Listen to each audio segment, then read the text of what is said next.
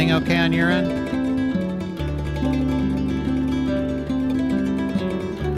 Yes. Okay, All cool. set.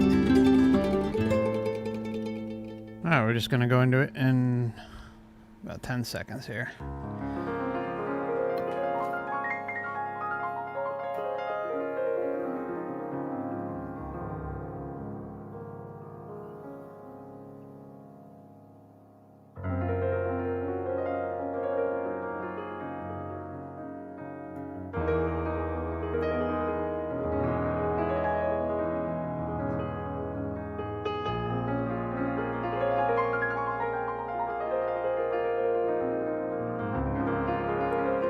Welcome, everybody.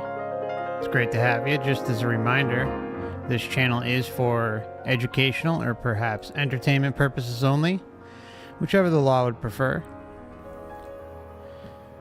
It's great to have you with us. So today, I want to welcome our good friend Dan back to the channel.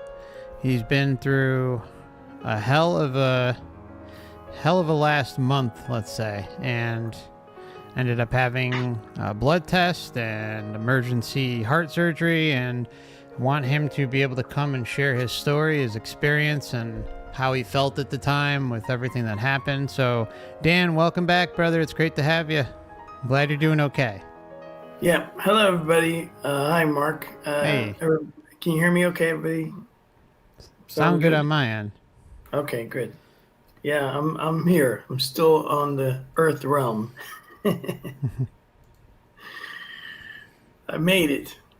Yes. I'm doing much better. It's been a month since the surgery, and I'm making a lot of good progress. So should we start at the very beginning? Yeah, I think it's awesome. You're making a lot of progress, and yeah, let's start at the very beginning, how everything went down, and yeah, let's hear it all. Whatever you're okay with sharing. Yeah, thanks. So as you know, and as some other people may have heard from because my streaming or my podcasts have been quite sparse in the last many months, and that is because I have not been feeling well, but I was having a hard time, or my health practitioner was having a hard time figuring out what was wrong with me. And that's because heart problems, especially in somebody like me, I have no family history of it. I don't have any other problems that would contribute to heart problems. So I don't do anything that the medical community thinks would contribute to it. So I don't have high cholesterol. I don't have any blockages. I didn't have any blood clots. I didn't take anything that could affect it, if you know what I mean. You know what I'm saying? Sure, yes. Yeah, wink, wink. Yeah, right. So I did none of those things, but I was having extreme, and it was getting worse and worse. It was felt like I couldn't walk across the room without running out of breath. I couldn't bend over, without running out of breath. If I needed to pick something up, I could barely walk across a short distance, and my heart was racing in the last couple of months, over 100 beats. My pulse rate was over 100, like 110. That was constant. And then my blood pressure was climbing out of control. Before that happened, they were an x-ray showed like fluid on my lungs. And so I was misdiagnosed with pneumonia. Turns out that was maybe 6 months ago. So my heart was failing for a while. And this may have been a defect that could have gone back from birth. One of the valves was failing to the point where it completely failed. So so basically I was living with half a heart functioning. And I could have turned off like a switch at any time, but thank goodness the person I go to for healthcare, she's very good, and she had me take a blood test, which included a heart panel, even though she said, I don't understand what's wrong with you. You don't have anything that would contribute to this, but we should check it out anyway. So 24 hours later, I get a phone call, and she says, you got to get to the ER. You looks like your blood test is showing. And I didn't even know they could determine this with blood tests, but apparently there's 2 panels they can run. That's crazy, isn't it? Yeah, they can look for certain enzymes or something. And she said, it looks like you're in heart failure, and you got to get to the ER. And I called ahead and just go to the hospital, and so I had to drive a little distance, because where I was at, where I am, isn't close to like a major hospital. So I went to the ER. They were expecting me, and they started running more tests. So I had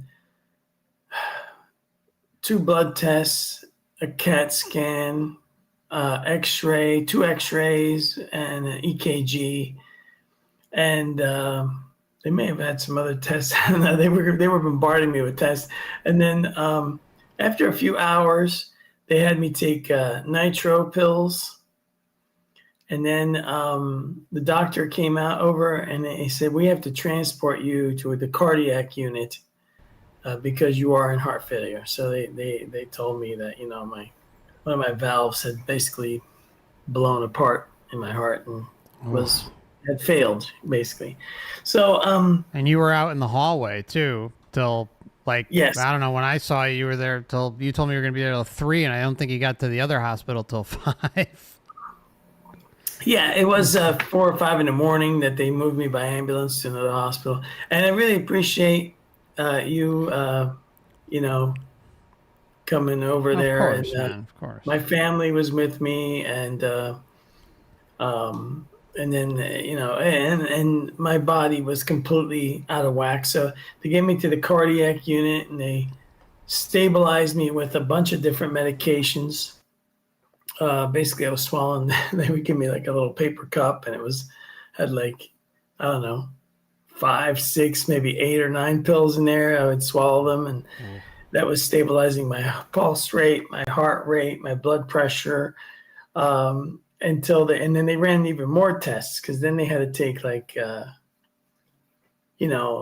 bunch of different tests. One was absolutely horribly painful. I guess it was their test to look for blockages or something. That was unbelievable. They insert like a probe into your wrist, and you have to be awake for this. And they give you like a sedative and a local, but believe me, it feels like a sword is going into your arm. Oh God. And because they have to do all this stuff to see what kind of surgery they can do to you. Are they going to pry your chest apart and go right to your heart, or are they going to do this other thing where they kind of pry your ribs open and then they insert from the side? Turns out I was eligible for what they call minimally invasive. yeah, minimally invasive. Yeah, but they stress that even though that's better for you, the pain after surgery is actually worse than the open heart surgery. Yeah, that's what the nurse said when you came out of there, and I was like, oh, really? So literally splitting your chest in half is less painful, more invasive, but less painful than going in through the ribs. Yes, it was, but it does heal faster. So you go through a lot of the pain. Of course, it was a lot to take in. So I was in the hospital. Well, less chance of an infection too. Yeah. I mean, if they split your chest open, the chance of you probably getting some sort of co-infection in that area is a lot higher, which that alone makes it worth going in the ribs if you can. Yeah. I mean, it was much better that way. No scarring, Yeah. But I mean, the left side of the right side of my body, because they go in from the right side of your body, which I didn't understand why, but that's where they go, and then they get to your heart from that side. I don't know how they do that, but anyway, it was quite the ordeal, because after the surgery, first of all, I was in the hospital for most of the entire month of December. I spent, they wouldn't let me. Obviously, you can't leave. You can't even get out of bed because the alarm go off, and they want to escort you to the bathroom. They want to measure how much you're peeing. It was unbelievable. But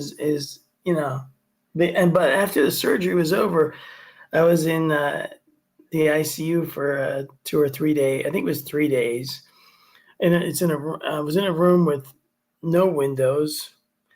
I was very confused as to what time of day or night it was. They had a little hand control for me, and I could keep pushing the button, and it would maximize the painkillers it was giving me because they had to insert a pump in my leg after the surgery because my heart was repaired, but it wasn't functioning. It took a while for it to regain its Rhythm, I guess. rhythm, its ability to function independently. And so they told me, and if you could imagine this is, I'm having like a flashback now of how. So for 3 days, I had to lay on my back. I couldn't move, and you can't get up more than 15 degrees because the pump they have in your leg could potentially kill you if you move it out of place. And the pump there is inserted in the artery, and it keeps working with the heart to try to alleviate the heart's need to work that hard. I guess Makes something sense. Yeah. Your heart's got to get back in the swing of things, I guess. So it's like yeah, kind of playing second fiddle while your body figures it out. right. I was nauseous. They were giving me medicine for that one time, and if you could imagine this, I threw up, and you're laying flat and you can't get up. You have to look at the ceiling. Oh because you can only go up so far. So, Right. So if you oh can god, imagine, it was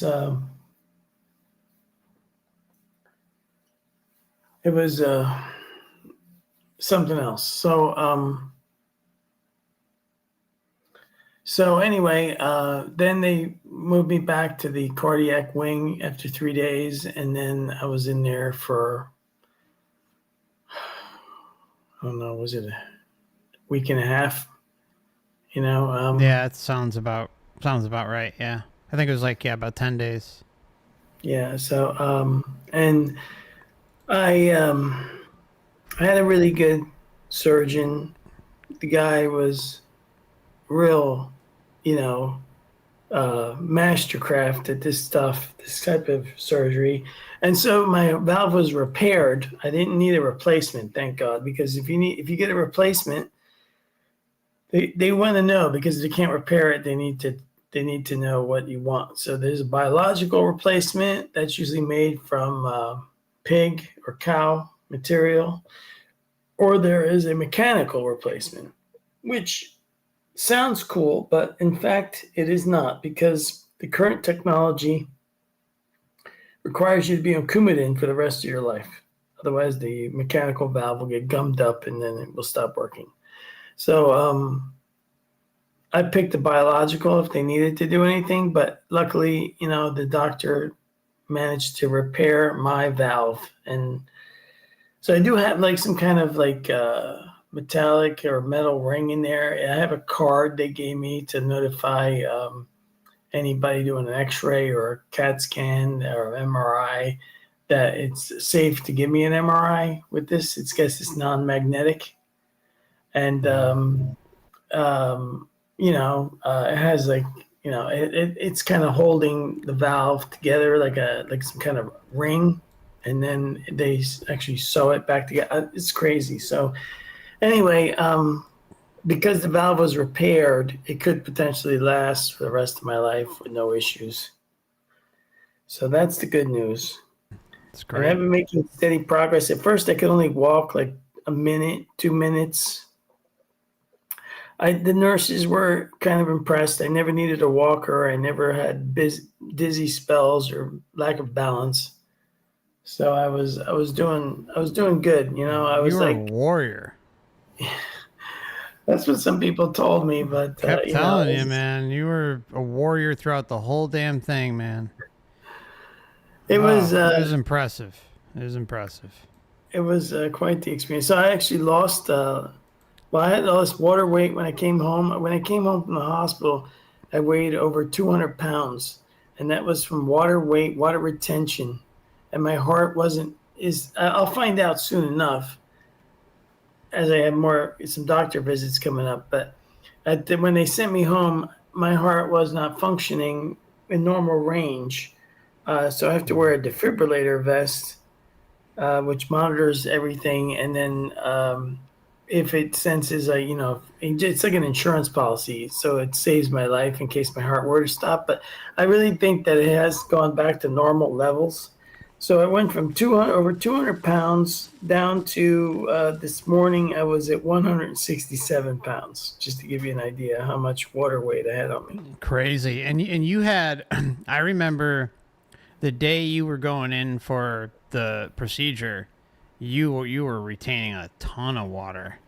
And then you came out and it was like still it was almost like it was getting worse. And then it hung on and I was like, "Ooh, I hope it's going to get past," cuz I know they were giving you the I forgot what the water retention pills. What's the name of it again? The ones that they were giving you? The LASIK and Lasix, yeah. Spiralac-2 or something like that. They give you the second one because it also has potassium, because diuretics make you lose potassium, and then you get cramps and all this other stuff. So. Yeah, it's yeah, man, it's the picture I saw of you, not that long ago. It you looked great. Like it all shedded. Yep, it's they in the last couple of days, like was it yesterday or day before yesterday, they had reassessed me. I went in for a visit and they reassessed everything, and right away they said you can drive again. You may be able to go back to work in February. You can stop with the fluid restrictions, because you're limited when you're trying to lose the water retention. They limit you to under 40 ounces of fluid per day. So that is like literally 2 water bottles, 2 of those little water bottles. That would make like 30. Each one of those is like, 2 of those is like 34. That's just And then pathetic. and then they count any other liquid. So if you have ice cream, that counts because if it's at room temperature, if it's a liquid, then you're taking in liquid. So they now when I finally got the water fluid restrictions removed, I was so happy. And then I could drive again. I'm able to walk now. I'm getting my strength back. And I feel much better. My blood pressure is normal. My pulse rate is normal. They're going to find out soon enough whether or not my heart is working in normal range. But I feel like it is. I feel good. And what was the thing? So a couple of things that connect directly to Overwatch Project and everything we do here. This was a real life test on whether or not I had any subconscious baggage, because this is it, man. Like I was in the hospital. I was like, I don't know if I'm going to make it. Like, this coit be it. It's just that serious. I didn't even know if I was going to survive. Yeah. My ride to the hospital. Yeah, that was intense time. Right. And then like so, I don't think we talked about like how far away from home you were when you got that news. You don't have to go into detail, but the fact that you were kind of far. I had to drive an hour and a half to get to the hospital. You get told about it on the phone, like while you're at work.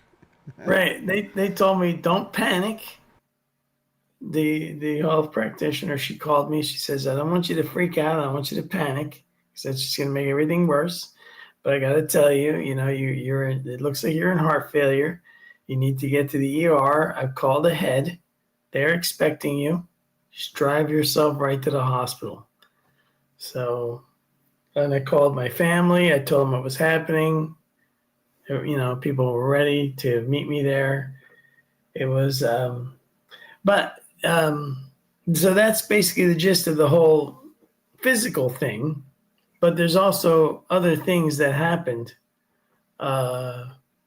So the interesting thing was that, I always wondered, because you never know, right? Did I really purge all of this subconscious trash that I had with me from all the religious schooling, and am I really mentally free? Because the real test comes down to when you really think this is it, when you really believe that, or there's a really good potential that you could be checking out of the earth realm here. Yeah. And somebody comes up to you, like the nurse at the ER, after I was there for several hours, they, they came up to me and asked me if I wanted first thing when I checked in, they said, "Do you have a religious preference?" I said, "No." I said, "No, I don't." Right? Because I'm totally free of that garbage, right? So then later, I mean, this is the point where, like, some people may, live their lives in a certain way, but then when they think they're going to die, suddenly they run back to whatever religion. The couple hours after the nurse comes up to me, she goes, did you want a priest? And I didn't even hesitate. I just said, no, absolutely not. No. And that's when I knew, oh, you know what?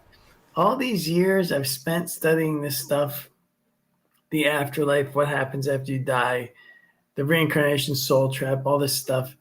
And I realized at that moment that I know what I know, and I don't have any crutches or things that I'm going to fall back on. I really, really understand and believe what I'm saying, and I know it. So it's instantaneous. No, of course I don't want a priest. Why would I want a priest? Yeah, no, and I found it interesting.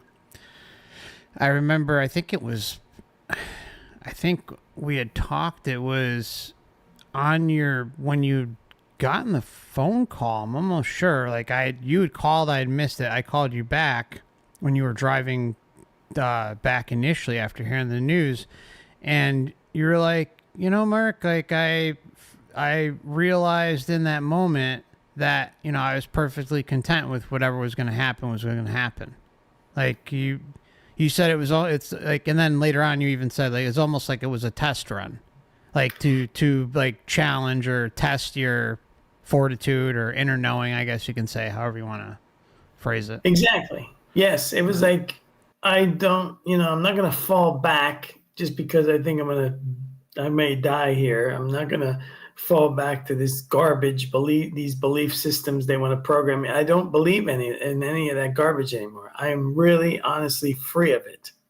So, I was ready to also face whatever beings I was going to encounter in the afterlife, and none of them were going to get anything over on me. I was ready to, challenge them or dispatch them or whatever. Right.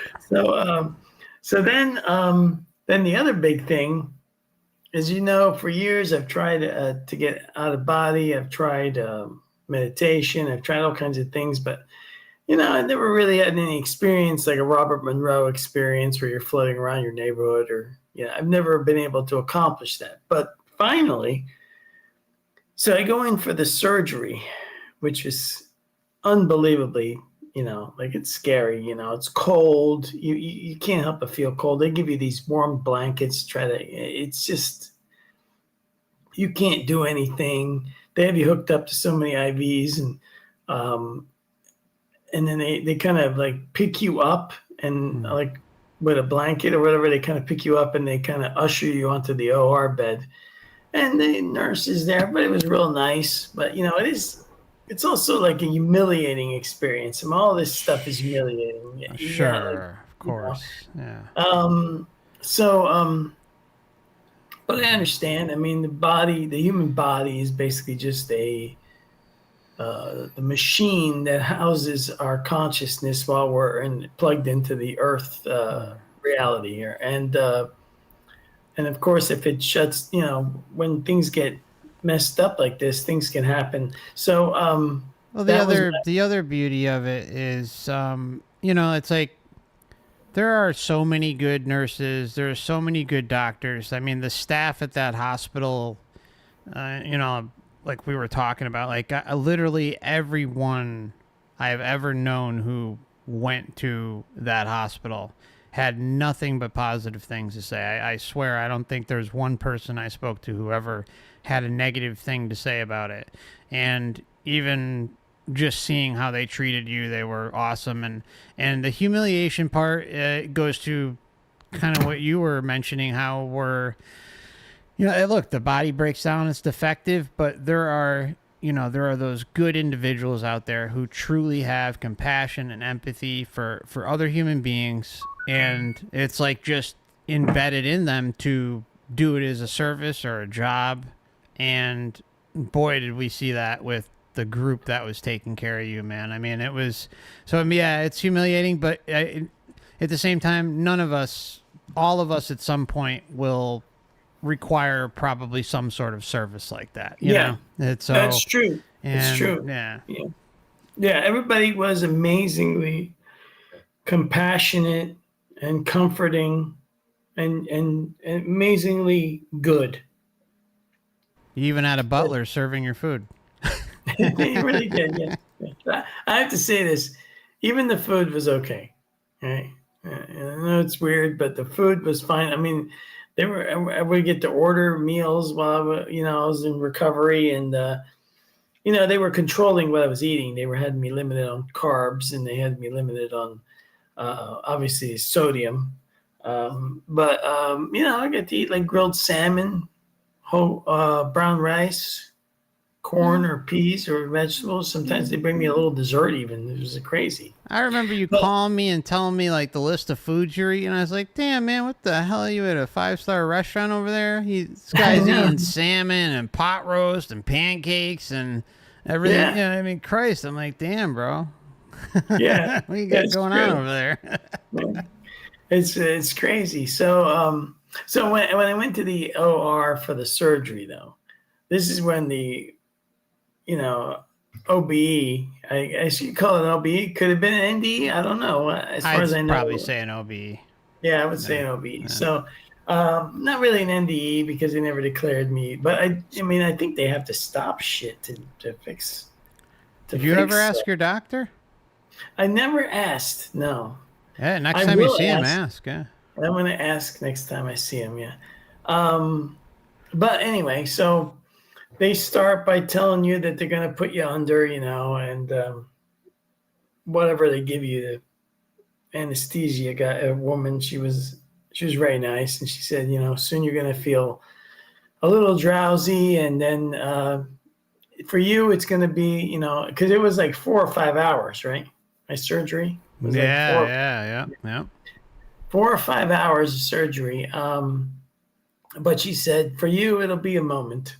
You're just going to close your eyes, and then you'll wake up, and it'll be all over. So they put me under, and 2 things happened. I actually didn't. I kind of remembered the second thing, but it was like more of a subdued memory. The first thing was very clear to me. So the first thing is I found myself in this infinite, I guess you could describe it as, the only way I could describe it is this infinite orange grove. With all these orange trees going in straight lines. And the sky was brilliant, bright, white. And the ground had no grass. It was just like this very clean looking dirt. It was like, I would describe it as if you ever like opened a powdered chocolate to make like chocolate milk. That clean, even color, like layer, and with all these trees with these perfect oranges, and I was sort of like not really walking, but more like floating, and I was absolutely undisturbed. There was no one, no being there bothering me or talking to me or nothing. I was just pleasantly alone. And then I remember that thing people describe where you ask a question and you get an answer instantaneously. Like I had a sense that I knew everything, but the memory of whatever I knew just can't be put back into the human. When you get back into the human brain, that goes away. I do Access remember, denied. yeah, access denied, right? So whatever it was, I mean, it was a comfortable. It was pleasant. It wasn't. But I noticed, one of the things I noticed is there was nobody there to interfere with me. And I honestly believe it's because they didn't want to interfere with me. Yeah. And your resolve too is so strong. It's nothing is gonna even go there. And see do you remember what what was it, propofol that they put you Yeah, under yeah, I with? believe it was propofol. Okay. Yeah. Yeah. So then the second thing is that I do have a memory. Um, so during the operation, I have a memory of becoming conscious or becoming present in the OR while they were working on me. And the doctors and the nurses having a discussion about should we do this or should we do that? And I don't remember. I do remember what they were talking about. It was kind of personal, so I don't want to say it here. But if I ever Sure. have one of them confirm that they had this discussion, then that would verify that I was in the OR conscious while my body was unconscious.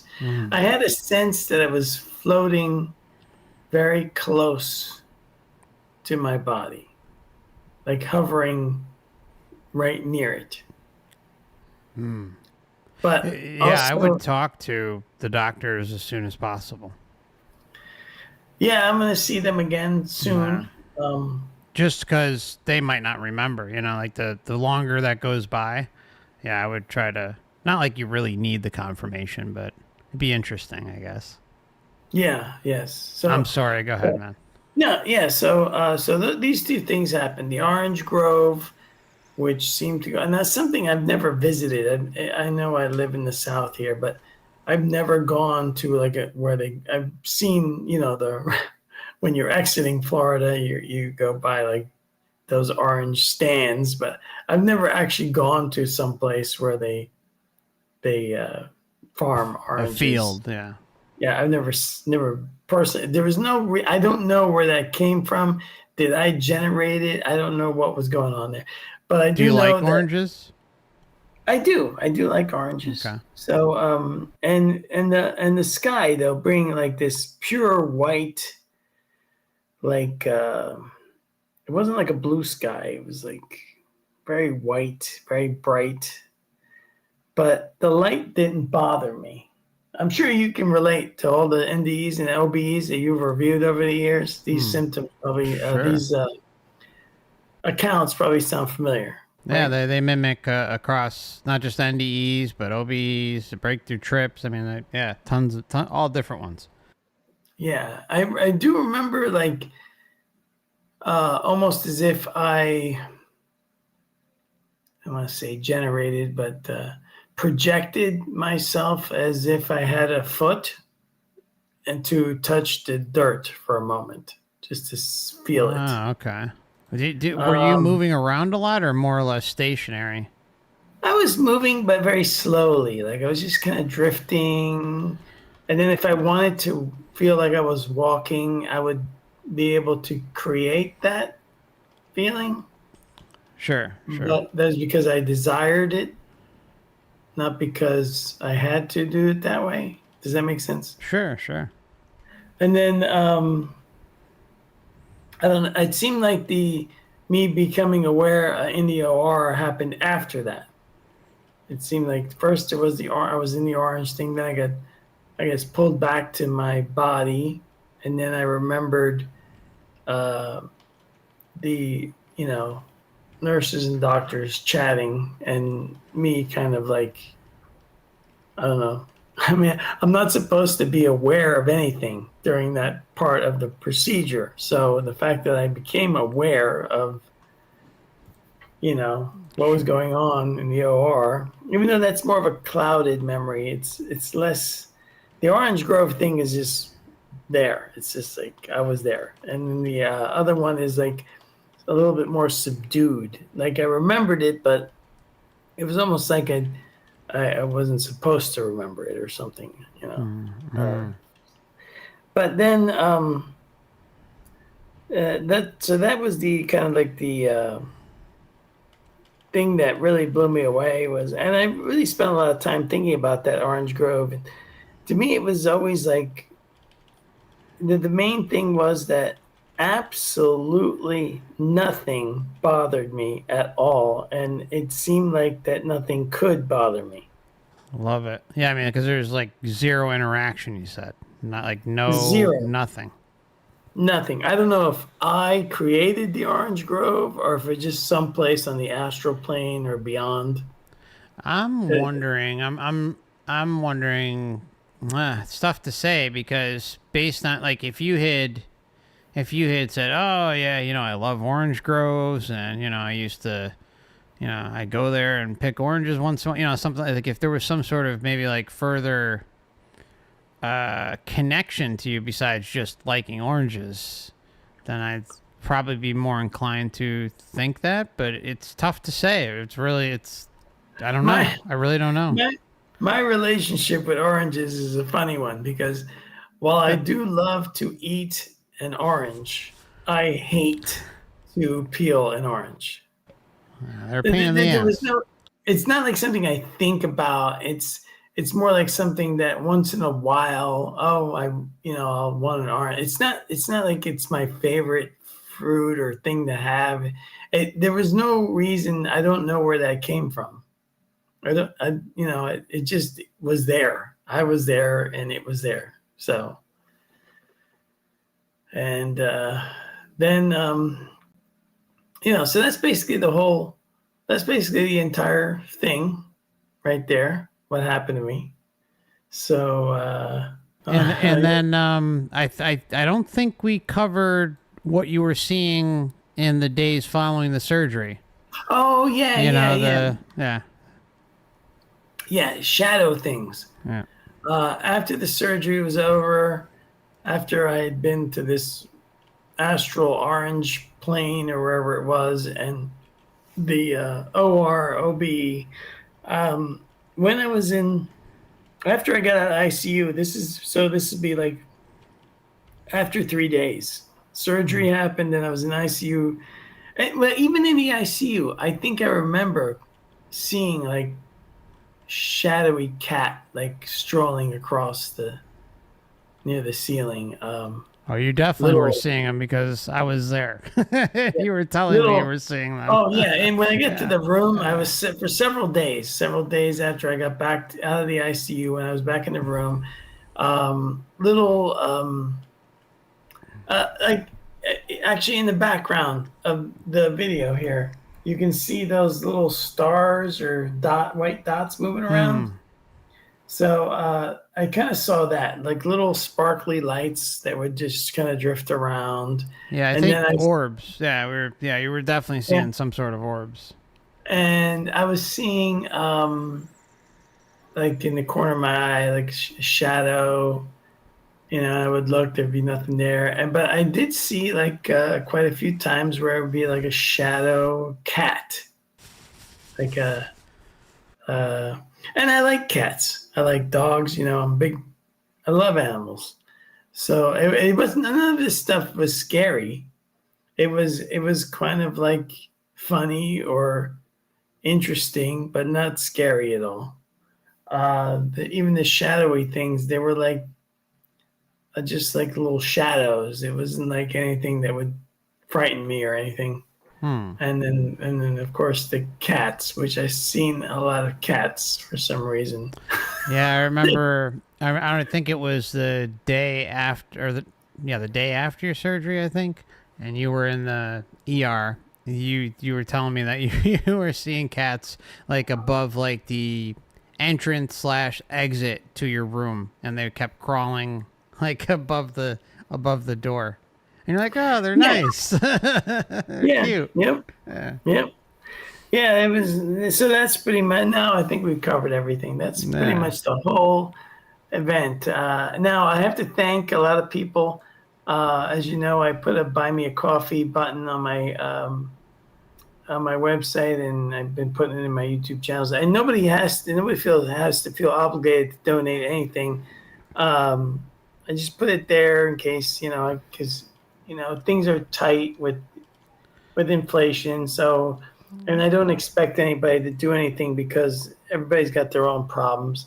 So, but I had some very generous donations, and I can't thank those people enough. I mean, it's not it's nothing I can it's not it's just it was just really nice. It's just a little gesture that people do Yeah. that I mean I've done it for other people when I can, and thank you, Mark, for your uh, gift as well. Sure, sure, no problem, man. Dude, you Um, helped me so much, man.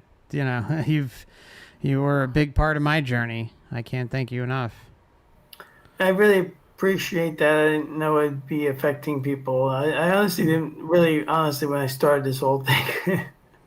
I think nobody's gonna believe that this is reincarnation soul trap and the real goal of life is to escape it. Nobody's gonna buy this, even though I spent like decades thinking about this stuff. I was like, man, but it turns out that there is a small community out there that does understand this problem that we humans have, uh, and are well, we're conscious beings in human form. We're not human, but as long as we are here in human form, we are you know limited, and we have a lot of problems to deal with, and one of them is what happens after we die. So everybody eventually will. I mean, all I've done is postpone it to a later date. Pretty much. Yeah. Yeah. um, You some want to people. talk about like I see, like, I know, like, you got a family, you got children, so that obviously plays a big role in your decision, Yes, with my to move decision. forward with, Yes, my yeah. decision to want to hold on to not leave yet was because it was going to affect other people, and obviously, if I was completely alone, then I think my mindset was not yet, Hmm. not yet. I need, there are people I'm caring for, and I need to be here for them. Sure, So not yet, sure. not yet. You know, Understandable, understandable. yeah. So Yeah. Well, I'm really, really happy that you made it through it. And yeah, I mean, I think you basically put up the non-interference, man, as a bit of Venom's saying there. I mean, I think that your intention was like unrelenting, and it kind of played itself out, even though you had the aspect involving propofol and all that stuff, like, but you still you did your own thing, and I think that kind of the surroundings are interesting and a little perplexing as far yeah, as that goes, but it's interesting. But I think what it just kind of further proves, at least to me, in my opinion, is that we're like the drug aspect to things when we die really is something that needs to be considered more and more, like as a I just don't suggest it like It's on the true. way out, because I just feel like we're just too susceptible. And it's Well, not like you had a negative experience, right? Like it no, was fine, but the point but is the clarity, the lucidity issue is where I come at all of this when it relates to yes, drugs and the after and dying. yes. If I was more alert, lucid, I would have had probably a much more. It's just like a lot of NDEs, right? If you see these people that have these totally lucid NDEs, why? Because they're in a car collision, and their body is in Yeah. immediate pain and shock, and then they get projected right out of their body. They have a heart attack, or they get electrocuted, or they're drowning and they're fighting for whatever it is. And during that totally lucid and painful exit, they come out of there, boom, they are wide awake. And then Yeah. you have people that get put under these drugs, and like I said, like in my experience, I think I would have had a much grander experience if I wasn't, because you are anchored to the body until it's like interchanging, like your consciousness and the human body are kind of like linked until the very end. So Mm. if your body isn't lucid, then your consciousness may not be lucid. And the other thing is the the cord, right? I mean, we hear over and over and over about the cord. And I Yeah. think just like the date we come here, the date we leave here, it's predestined. There's certain things that may play a different role, like others' free will intruding on your free will, like in a violent manner or something like that. But then we can kind of extend on that and talk about life scripts and how someone could have, a messed up life script, and their life script can interfere with your life script. I mean, it's really like how crazy how deep this can all go, and we can talk till the cows come home. But I think in the end, your birthday and your death day are probably etched in stone. I'm like pretty certain about that. Maybe there's some slight deviations there, and where others can kind of intrude off script and potentially cause your death or cause your own death. But overall, I think a lot of it's pretty well orchestrated. What do you think Yeah, about that? yeah, yeah. This is to me. This is a very as a gamer, I see a lot of game-like qualities about the Earth life experience. It seems to me like it's rigged like a video game. Mm-hmm. Um, you have an entry point. Your avatar gets, I think, programmed from your birth date and time and place with some base programming. Um, Anybody who plays like Skyrim, for example, One of the like best games ever. yeah. So when you create your avatar, you're giving it traits, you're picking out all this stuff. You're doing that. But when you're born here in the Earth reality, you are imprinted. I think that's where astrology comes from, and I think the more correct one is the Eastern one. The Vedic astrology is more accurate than the Agree. Western one. 100%. And it's just able to what astrology does is doesn't it all it does is reveal the code that creates like your base, like your avatar's base traits. And this of course can sabotage you, right? So the thing is that it kind of like it can harm you. In my case, it helped me because when I had a Vedic astrologer look at my chart, she didn't know me. I think I mentioned this before. She didn't know anything about Yeah. me. Um, the first thing she said, she punched in my date of birth, my time of birth, and my location of birth. And the first thing that she says was, as she just looks at the chart. I mean, I watched what she did on her laptop, and it looked like all gibberish to me, like some kind of astronomy thing. But she's like looking at where the stars were and everything, and what was going on in the solar system. And then she said, "Well, first thing she says is you would definitely do well in some type of field where you are like a detective or something." Wow. Wow. No, she had no idea what I used to do for a living, where I worked, or what my involvement, how I process information. Nothing. She knew nothing about me.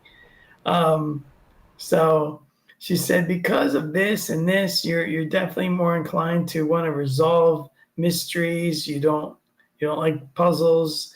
You need to know answers to big questions. Um, and that is me. That's you nailed it, right? Yep. As a matter of fact, on my website, on OverwatchProject.com, I have a page called, let me make sure it's the right one, Skeptology. On the bottom of that page, there's an embedded YouTube video called Full Version Skeptic Michael Shermer versus Jeffrey Armstrong, Vedic Astrologer.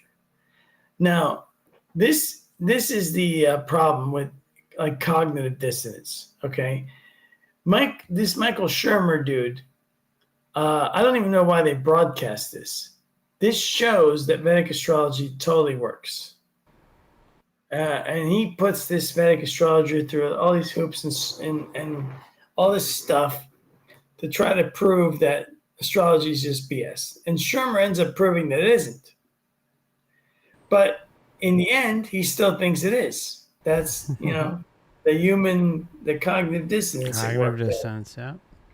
But if anybody watches that video on their skeptology, you'll see just how effective a good. I mean, you have to get the right person. You have to have the right Vedic astrologer that actually knows what you're doing.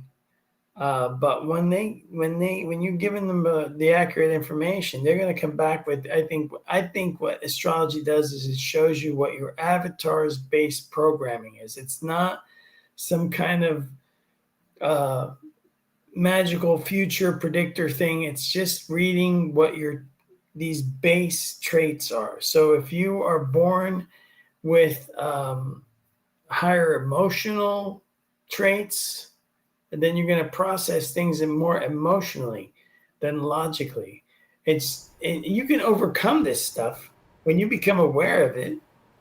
You may want to overcome certain things. You may want to hack your programming you can't do that in Skyrim, but you can do it as a human. Your consciousness is more powerful than the human avatar, and you can probably break a lot of this stuff and override it. I think I'm convinced that that's something that most of us do by building self-awareness about who and what we are as individuals or in the bigger picture of things, opening your minds up to anything and everything, and then of course fine-tuning discernment, dropping cognitive dissonance, going to what you're talking about with Vedic astrology, and on and on and on. All those things play a major, major role, and in being aware that life scripts are an actual thing. I think once there is that awareness, which a lot of people don't even know, then the amount of power that's just with that knowledge alone is massive. I've felt that just through a number of years, like a personal transformation, just due to awareness and saying, oh, how am I going to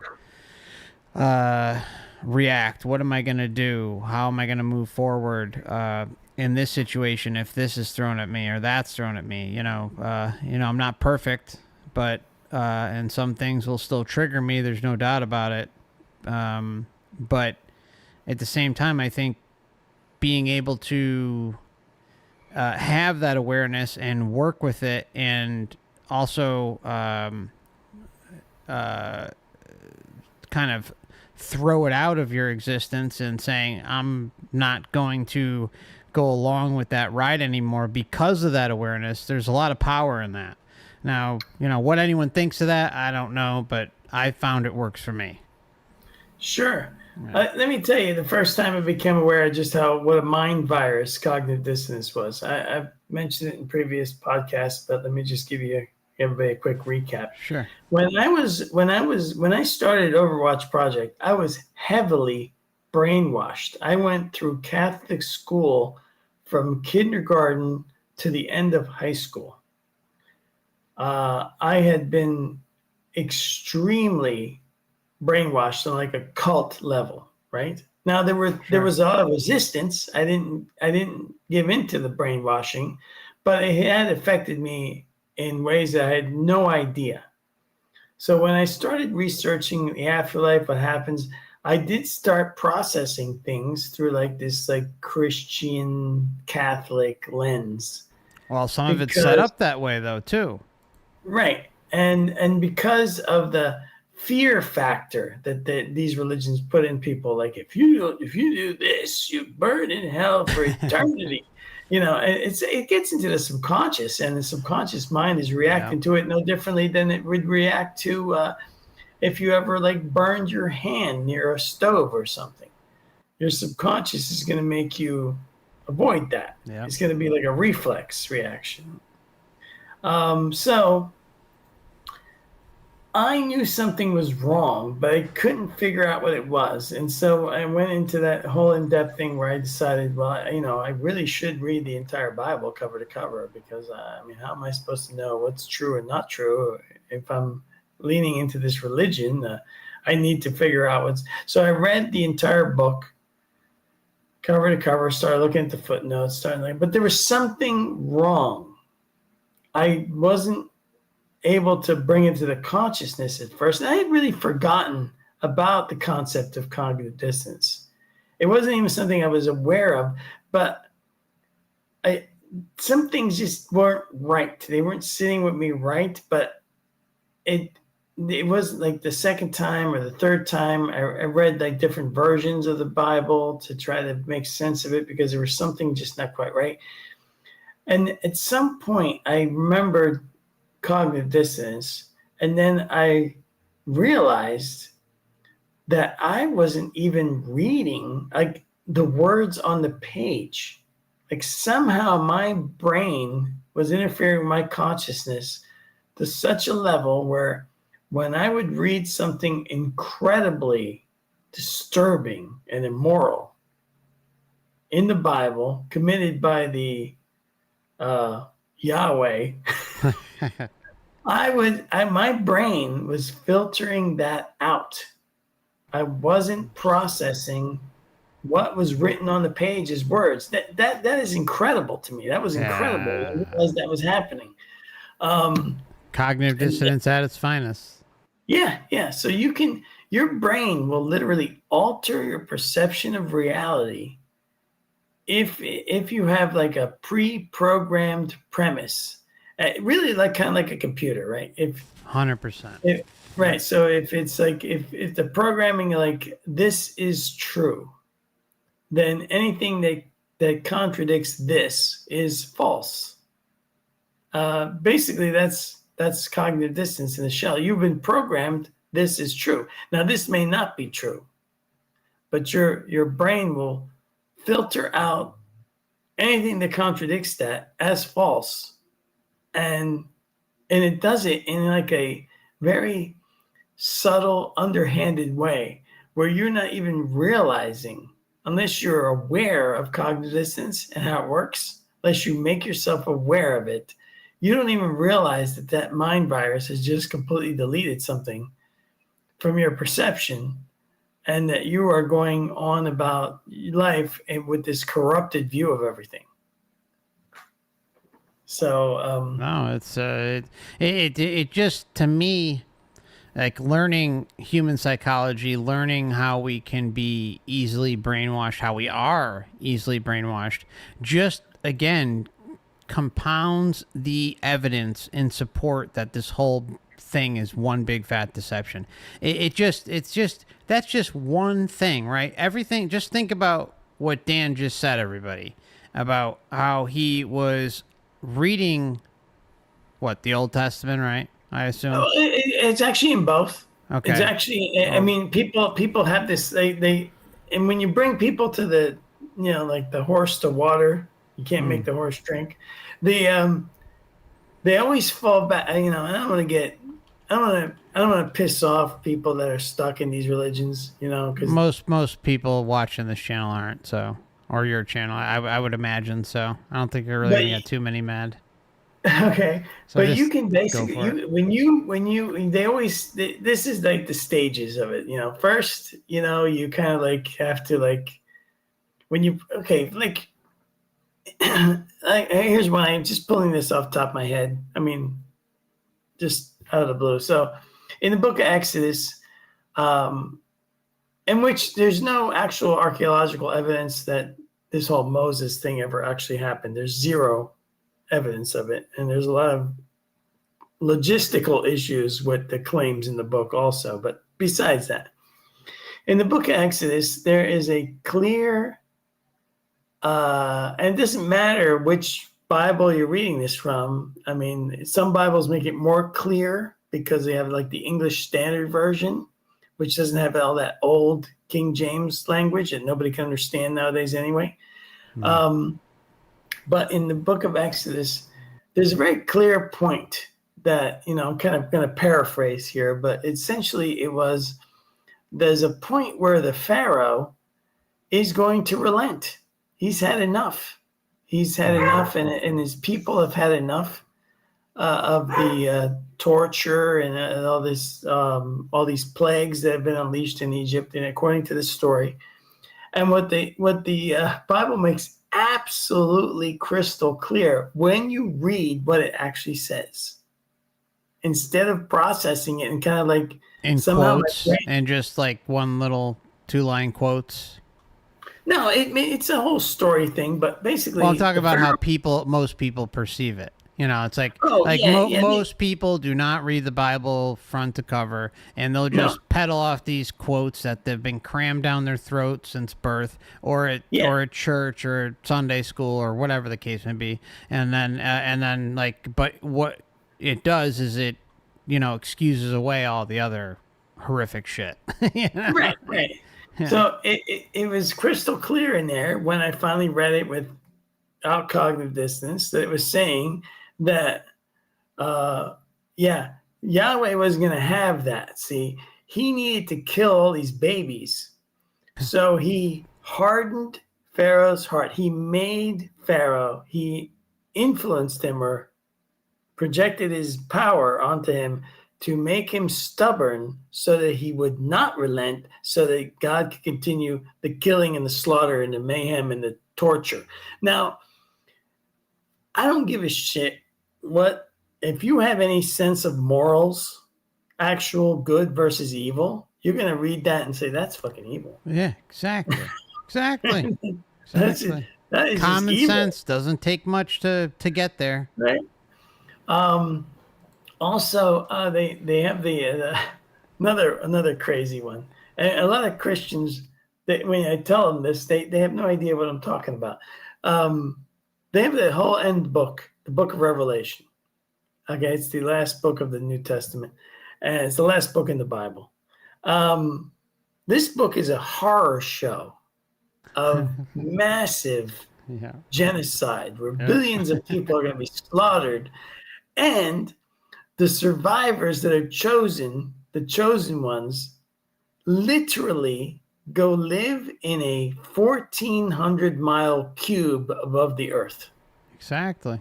Yep. Like literally like the Borg, right? Yep. It's this and the way it describes like human behavior in this so-called heaven is very like not pleasant. It's boring. It's There's no like life to it. It's just amazing. But most people don't even know. There was even a YouTuber I found during this research phase of mine where he knows this Christian YouTuber. He knew this, and he actually made like a model of the cube, and he hung it over the globe. And he was saying, "Isn't this great? This is where we're all end up." I'm like, "Wow, that is cognitive dissonance right there." At its finest. Yeah, I mean, in when you read that and then you think about how the cube symbolism is so pervasive throughout society. I mean, it's on steroids. It's everywhere. It's implemented, exactly. The Saturn cube, as Bit of Venom says. I mean, it really, the whole thing with flat Earth versus round Earth or the spinning ball, whatever the case may be. I think there is something to. I mean, look, I'm not making any fucking claims like I have any idea what shape the Earth is, like at all.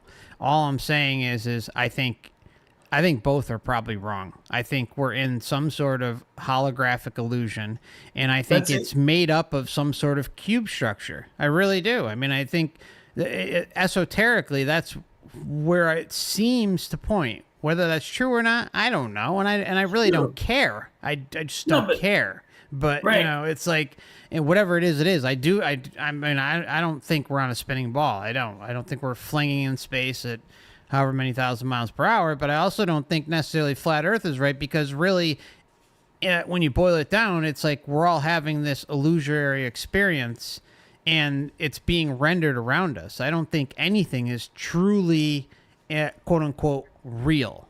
That's Right. my thought on it. It's like when I'm playing my PlayStation, right? So I see the environment, the world that I'm playing in on the screen, but really none of that is actually there. As a matter of fact, nothing is even being rendered except for what I'm supposed to be looking at on the screen. Exactly. Otherwise, the PlayStation 5 would run out of RAM. It would run into process. Yeah, and it's If it where was like you're that, directing the joystick.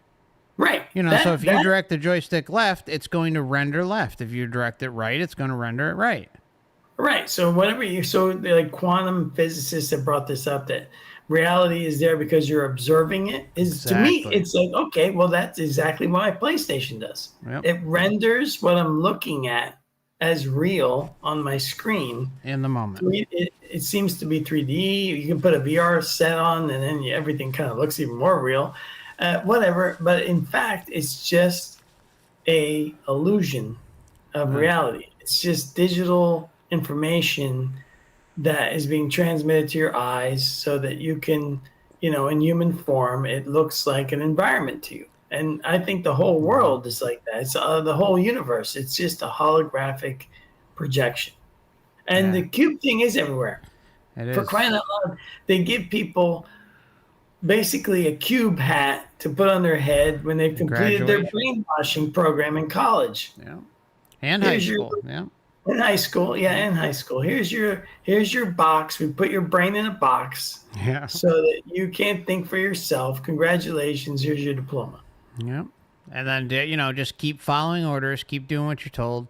And just to reiterate, I don't think we're on some spinning ball. I just think I think both are wrong, and the reason why they're both wrong is because it's, when you really boil it down to it, it's like, again, it's a rendered holographic type experience. And so that's where I think the disconnect is between round, flat, and everything else. Like, I just think it's, I don't believe we're spinning or anything like that, but I think it's a total joke where that's all led to. But as far as I don't lose sleep over it at night. Let's put it that way. Right, it doesn't matter to me. But what matters to me is that we have this. The reality is multifaceted, and it is kind of like changing the channel. Like when you're focused here in the human body, you're here. When you get out of the body, you're somewhere else. But then you also have this freedom to go wherever you think you want to go to. You're not limited by any restrictions, best I can tell. But so that's the whole thing. Cognitive dissonance is the most horrible mind prison. Once that programming gets into your head, I could not believe, just going back, I could not believe that I had not read what was literally the words I was reading. Crazy. Yeah. I mean, to me, that's the most incredible thing. It's the most incredible thing. And then when you realize like there's other things involved with human behavior, like the backfire effect, which I saw personally in my life, but I didn't know what it was at the time. It's when people, I had actually one experience many years ago before I ever got into this stuff. And it was funny because the backfire effect is a psychological term coined by I forget what the name was, the guy. They created like a fake newspaper where they put in information, but it looked like the real newspaper, and the information was false. And then it was an experiment they were running back in the 50s or something, and then the psychologists would then correct the information. And I forget what the experiment's purpose was, like to see how long it would take like a retraction in the news to take effect or something. It was like something simple, But what they found out was shocking to them. They found out that people that get confronted with this, if they take something information, they think it's true. And then you give them the correct information, which now shows them that it's false. This is even worse than cognitive dissonance. The people that react this way actually double down on the false information. They reinforce it in themselves. And the psychologists coined this term, the backfire effect, where you give somebody the truth and they double down on the lie. Now, they don't have any explanation, of course, as to why this happens. I do. I think it's because of the human design. I'm with you. And the interesting thing is, like, the news and the whole propaganda outfit that's out there, they bank on you finding like, just a lot of people just read headlines. Like, so if there's an article out there or even a video, and someone doesn't even click the video, but say it's coming from a quote unquote trusted source, or it maybe even a half-assed source, if they see the title, like in 200 characters or less, 150 characters or less, whatever it is, the damage is done. Like, they've already got their mind made up based on that headline. And that's just like a small amount of information. And they say that most people, even though there may be that article with whether it's salacious, false, true, headline, doesn't matter what it is, they'll click it, or they won't. Most of the time they won't click it, but that headline will be nestled in the back of their head as fact. Right. As fact. And then if they go later on and revise that headline or revise that article and say, oh, well, there was something I read the other day. Damn, man, I wish I sent it to you.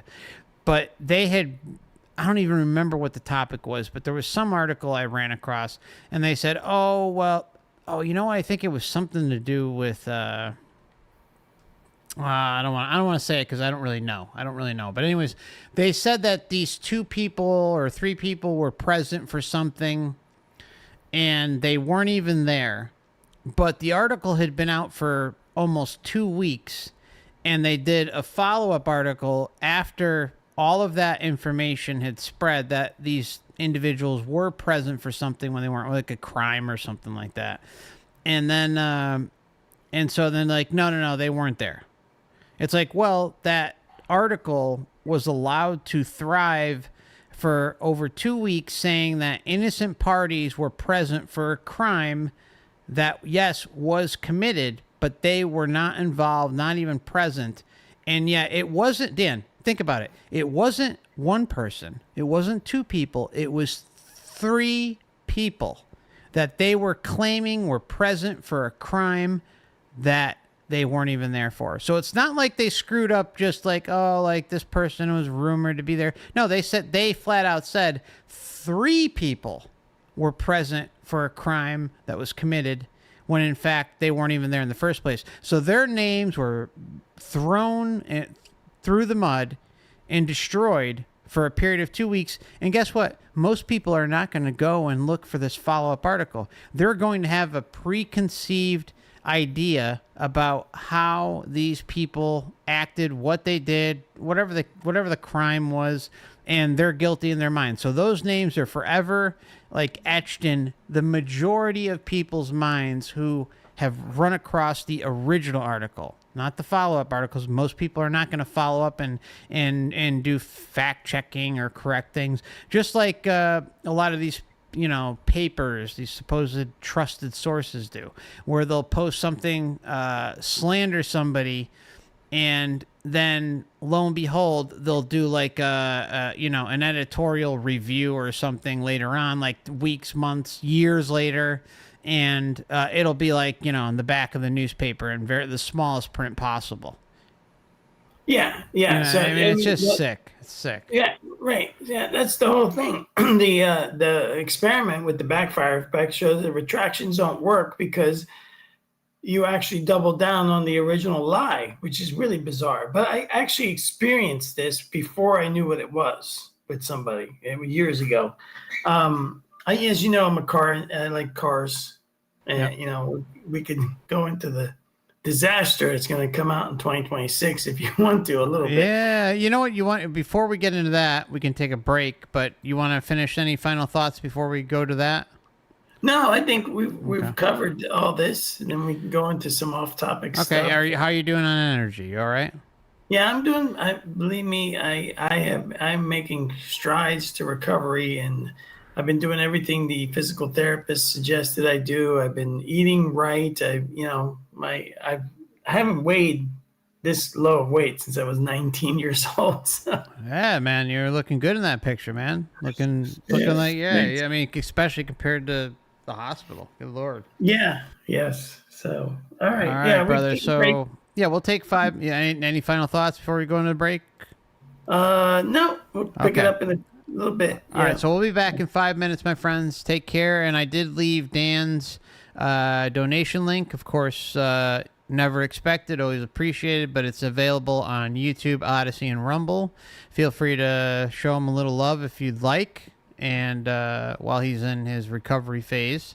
And also, don't forget to go to his website, OverwatchProject.com, and he's also available on YouTube and Odyssey. And I think he's going to open up a Rumble account soon too, right, Dan? I have one, but I just haven't did anything with it yet. Yeah, I got to help you get that synced up. We'll get you going over there. Okay, all right, thanks. We'll be right back, my friends. Thank you. Thanks, Dan. See you soon. Yep.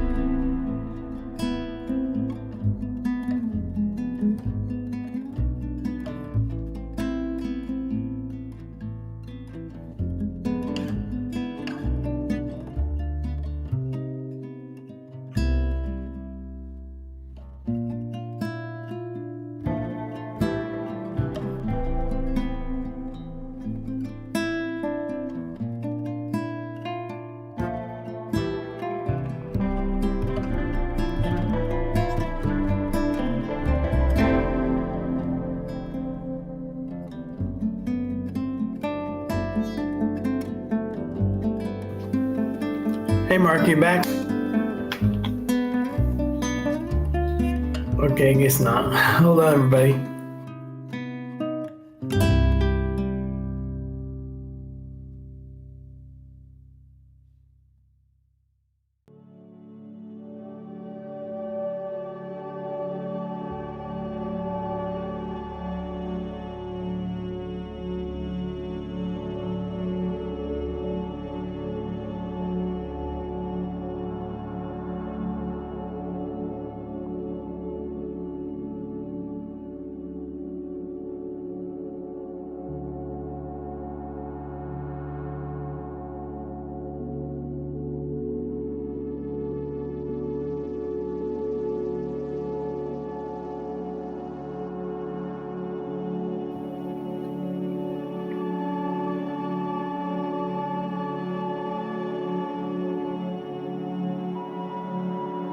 All right.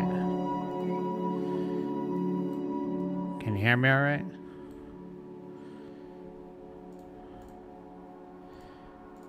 All right. Can you hear me all right then? Yes. Okay, Welcome back. cool. Thank you. Thank you for your patience. All right.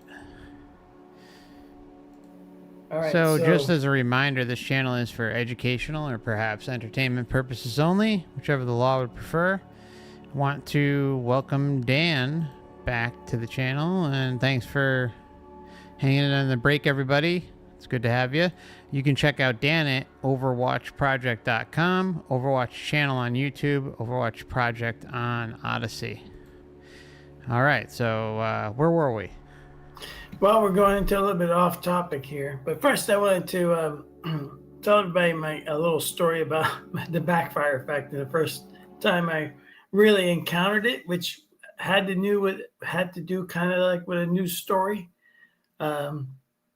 So, as you know, I'm kind of into cars. I've been into cars since I was young. I have a fascinating, not necessarily like race cars anymore or anything like that, but more like, what's good to drive, what's not good to drive, what's good quality, that type of stuff. And back in the 80s, there was a car that Suzuki brought into the United States called the Samurai. Do you remember that? Yeah, we were having a conversation about that. Yeah, right. Suzuki Samurai was sold in the U.S. Oh, it's actually the Suzuki Jimny everywhere else in the world, except for like Australia, where they call it the Sierra, and I think Canada had a different name also. But the vehicle is basically like a Jeep type vehicle, and it was made in Japan since 1970, and in 1985 they imported it under the name Samurai into the United States. It quickly became a very popular vehicle because it was really, really good quality, and it was a simple vehicle that just worked, and its 4x4 system was really effective. So in snow, off-roading, because of its light footprint, it was able to, do really well in off-road or all kinds of situations. And these things were being bought up left and right. So by 1987, they were outselling Jeeps 2-1 in America. Well, you could infer wherever you want, but in 1988, Consumer Reports did a story about the Samurai, basically saying that the thing was a death trap. They would roll over and you'd die in this thing. It was absolutely too dangerous to be on American roads. But the reality was that it was apparently no more dangerous, maybe even less dangerous than other vehicles. So in I think 1995 or 96, Suzuki finally pulled the Samurai and they replaced it with the Sidekick. And I'm just going off by memory of the stuff that happened, but essentially Suzuki filed a lawsuit against the parent company of Consumer Reports. And it was in the 90s that I became aware that what I had believed to be true in the 80s was false. What had come out was they had some kind of mutual settlement. I think the lawsuit was finally settled in like 2004. And at some point I became aware of how I've been What was the amount? Do you remember? Because the amount I remember you told me was pathetic considering the amount of damage they did. Yeah, Suzuki sued for like $60 million, but it That's was a settled out. joke. Yeah, but it was settled out of court, so we don't know. So that means it's below 60. Because Maybe. if they were seeking damages of 60, the chance of them settling over that amount is probably close to 0. Right. What they ended up was getting an apology from Consumer Reports and a retraction. That the vehicle that Suzuki makes safe vehicles, which they did. I owned Suzuki vehicles when they were being sold here in America. I had I went through 2 Grand Vitaras, which were amazing vehicles. The thing was that there was this guy I used to work with, and he was a Consumer Reports junkie, right? He was just always had the magazine, the latest issue with him. My father was the same way, man. Right. So, yeah, a lot of people were, especially back in the 90s. Then, yeah, 90s and 2000. You won't buy a dishwasher, you go to Consumer Reports. Blah, blah, blah. Now, I don't, obviously I don't know what, I do know that if you go on YouTube and you type in Consumer Reports Suzuki Samurai, you get all these, including a Suzuki made, somebody posted it. It's an internal Suzuki film exposing what went down. And there's some little mini documentaries about it people have made over the years. But essentially what appears to have happened, based on my interpretation and what I was shown and what I was reading, is that the vehicle was not tipping over for Consumer Reports. And so they manipulated their course, shortened the cone distances, or did something to the course. And in fact, in one of the behind the scenes or raw videos, you can hear the frustration of the people doing the test that they cannot get this vehicle to flip. They can't, well, they weren't trying to flip it. It had like these safety arms. They were just trying to tip it so that when it would go into a slalom course, 2 of the wheels would come off the ground. And they had like these beamed metal arms with wheels on them so the vehicle wouldn't flip over with the driver inside. But anyway, during this testing process, and I may be getting this number wrong, I think it took them 47 tries to get the wheels off the ground with a modified course designed to make it harder for the vehicle. And it's all on video, right? It's all on video. You can find the videos on YouTube to watch them, yeah. Just type in, matter of fact, let me see if I just do a search here. If I type in on YouTube, Consumer Reports Suzuki Samurai, one of the videos is going to be Suzuki's own internal video, which comes up, Suzuki. Let me just check this. So anyway, let's see here, search results. Yeah, the very first video is Suzuki versus Consumer Reports. It's a 15-minute video. Then the second video, Suzuki Samurai, How Fake News Killed Suzuki. It's got a guy doing a little impromptu documentary about the whole thing. So what ended up happening was they had some kind of mutual agreement. I think Suzuki said that Consumer Reports does good work, and Consumer Reports said that Suzuki makes safe vehicles. And they had some kind of settlement that we're not privy to know what it was besides, that. So something, whatever it was settled out of court. So the thing is that this guy I worked with, I pointed this out to him. And I said, now that it's out that Consumer Reports apparently, what it appears to be is they manipulated test results to intentionally fail a vehicle that they didn't like for whatever reason. Then how can as in my line of work that I was in that time, it was common if you went into court to get the instruction that if a witness is caught lying once about anything, that you can then consider any other thing that they said as a lie. Like you can no longer trust the witness. Mm, That's just a common like jury instruction that sure. they give, you know. So I basically was making the same argument. I said, if you now know that they can manipulate a test or skew a test, how can you trust any of the things they say in the magazine? How do you trust it? And that magazine was like the holy grail of trustworthiness, allegedly. Yeah, allegedly, yeah. Back So in the day. Back in the day. yeah. So before, I didn't know about this backfire effect, but I watched it happen. He became angry and hyper defensive of Consumer Reports, the magazine. And I, at the time, I'm like, logic. If you tell people facts and logic, then people have to accept your. I was really kind of dumb back then. Yeah, Yeah, thinking but that. given the profession that you were both in, you would think that something like that would be over, there'd be like an override there or something, but there wasn't. No, there Because was. you both were in law enforcement.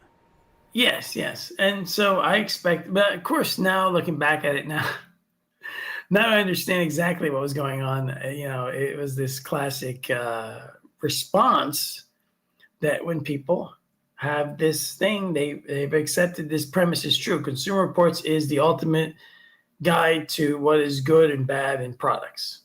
That's, you know, that is true. Therefore, anything that contradicts that must be false, is false. So I'm basically telling him, hey, you know, and he couldn't argue with the fact that the whole thing had unraveled, and there was this court, you know, this court settlement or this out of court settlement, and that there was like videos available about how they did it.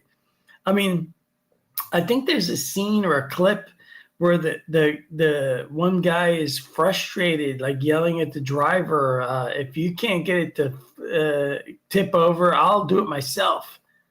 Like now, normally that see this killed the Suzuki Samurai in the U.S. The sales after '88 declined, and by 1995 they pulled it off the market in the US. It is still sold in 194 countries around the world. This Hmm. vehicle sells everywhere. It is extremely popular, And quite extremely well. unsafe. Right, right. And there is a market for used samurais where they are incredibly overpriced right now for some reason. If you can find one that you know is even in horrible shape, they want like $5,000 for it. So the vehicle actually is quite valuable as a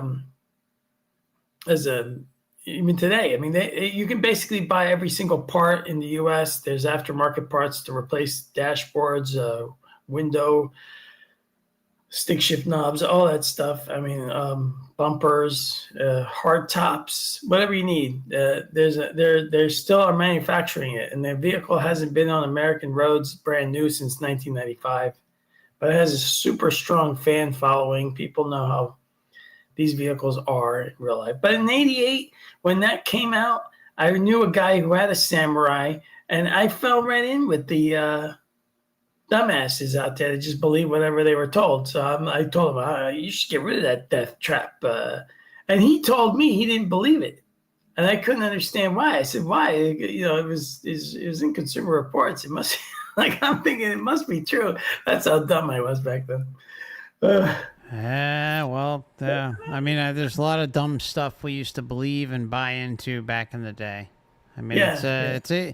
it just shows the evolution process, right? Like how I mean, again, I think it really goes to self-awareness and being able to see through the BS that the system's selling us on the most mundane, stupid level, or one or like a mid level where it could affect you, like in the wallet, like a car. I mean, a car is a freaking big expense.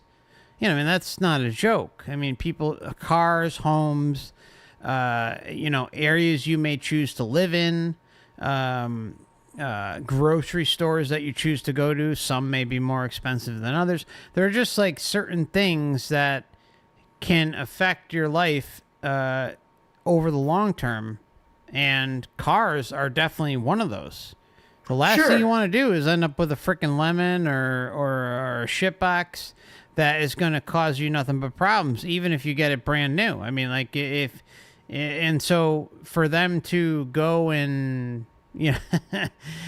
post reports that it's like a death trap, that's crazy. I think I remember I remember in the 90s or like early 2000s or something, there was which car was it? Like maybe like the RAV4 or something like that. And I'm not even saying that's exactly what the car was, but there was a couple, like two models out there that were known for tipping over and that they were death traps and stuff like that. But it was just common knowledge. Like everybody knew it. But where did that knowledge come from? Was it even true? I don't know. I don't care. But I didn't buy one because at the time I was well indoctrinated, and regardless of whether it was true or not, I believe the narrative that the magazines and newspapers and my friends and family were selling me. And I just said, okay, I'm not going to buy a RAV4, or I'm not going to, not like I would ever be caught in one of those goddamn things anyways. But the point is, it's like, it's easy for things like that to spread. Sure. Now so the whole thing is like you're you have to also wonder, Suzuki Samurai cost brand new back then in the 80s, 6, 7, maybe tops out at $8,000. So it was selling for less than the Jeep, and it started to outsell the Jeep 2-to-1 in sales. Now, was there some kind of shenanigans that went on to try to kill this vehicle off because it was a threat? I don't know. But it's something that you could consider as a possibility. Today, since Suzuki pulled out of America, I drive Mitsubishis. Again, a car company that is like an underdog here in America. I don't know why. They make really great vehicles. And if you shop around for the dealerships, some of these dealers, like I bought one, my 2019 was, I had to drive hundreds of miles to get it. But there was a dealer in Lakeland that had, they had a $26,000 sticker price was $26,000 on an Outlander Sport, and I called him up on the phone to make sure, because the vehicle had been sitting there for a while. It had all-wheel, four-wheel drive. It had, the XM radio, Android Auto, all this stuff, and heated seats even. And it was like it said 17,000. So I called him up and said, "Is this some kind of gimmick or what?" And they're like, "Nope. If you come here, that's the price." So I drove. I had a Volkswagen at the time. I wasn't happy with it. I wanted to get rid of it. Traded that in for the Mitsubishi. That was his second time I've owned a Mitsubishi, and it was really great, but it sustained body damage from rocks and stuff. So one day I'm at the dealership getting it serviced, and they had a new 2022 with less stuff in it that would track you. I couldn't believe it, but my car now doesn't have Android Auto. It doesn't have XM radio. It just has AM, FM. It was a lower ES model, but it still had all the other good stuff, all-wheel, four-wheel drive, everything. And I managed to trade it in with no money down. They just gave me a new vehicle. I just kind of like reset the payments back to 5 years, and got this new vehicle, which I love. The weird thing is that the older vehicle, when I was in it, and this is going to get to what they're doing in 2026, I was in the menu system, and I'm kind of like, I'm into computers. I used to work even at Geek Squad for a while, so I'm into all this tech stuff. I was drilling down into the secret menus and menus in the radio, and I found the settings at GPS, and I didn't even know this thing was doing that, because it doesn't have any internal navigation. It uses Android Auto or Apple CarPlay. I clicked that, and the damn thing on my screen in my car showed me my longitude and latitude, my exact location on the planet, and it showed me my location on Earth. So I was like, wow, this is really weird. I didn't know this thing was doing that. It's probably broadcasting it somewhere. There is a website, if anybody is interested, privacy and the number 4 cars, privacy4cars.com. You can put in your VIN number, and it generally works well, decently with most VIN numbers, but it will show you what your car is doing to track you or data mine you. And when you get into these cars that have like these telemetry systems with things that can help you if you get into an accident, you'll find out that they are sending everything back to the manufacturer, and that those manufacturers have agreements with the government. And in 2026, the new infrastructure bill that was just passed, and this applies to the U.S., so if there's people listening and they don't live in the U.S., I don't know what's going on in your countries, but they're going to make it mandatory that your car take control of you, of your vehicle away from you if the car's computer believes you're impaired in any way. And that there'll be some kind of sensor in there to try to sense if you're under the influence of alcohol, which I watched a lawyer had a great video about this. He brought up so many points. The law is written in a very vague manner, and the things that he brought up was like one of these systems actually can monitor alcohol content from your hands. Now, what if you just get into your car and you use some hand sanitizer? Then you grip your steering wheel. Now the car thinks you're drunk, and then it won't let you drive anywhere. But you're not drunk. Or a passenger gets in the car and you're designated driver. There was nothing written in these things and how this system was going to work. But it also has some kind of kill switch, which may be used to like just turn off your car if they want to. So basically, if you have half a brain, you can't buy any car 2026 and forward. You'd have to go back and buy used vehicles for your cars. I was shocked. Mitsubishi has the least amount of tracking in a lot of these models that include all the functional features that you want without they still have cars that you could just have like an AM FM radio with Bluetooth, and that's it. And if you don't hook anything up to the car, it doesn't know anything about you. So that's what's going on with that. That's kind of scary to me. Yeah. This